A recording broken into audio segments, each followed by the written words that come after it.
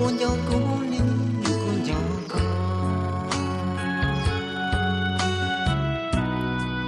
cha duyên gió xa gió có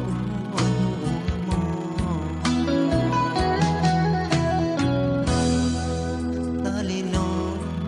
tu cu nu có mua đá chi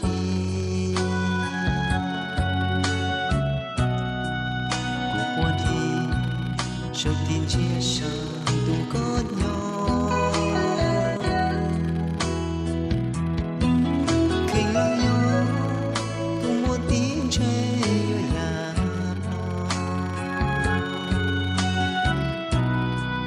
tu cho con tu khi có tiếng gió có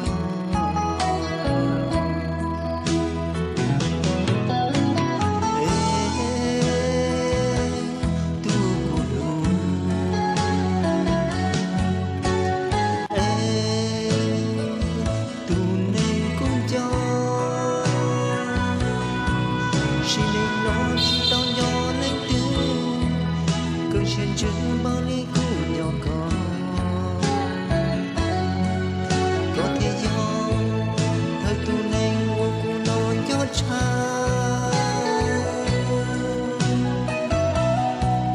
cũng sát bao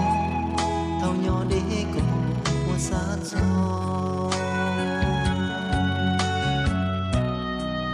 bớt dần gió bớt khó xia trong thiên hà gió có cha mua đã chỉ lo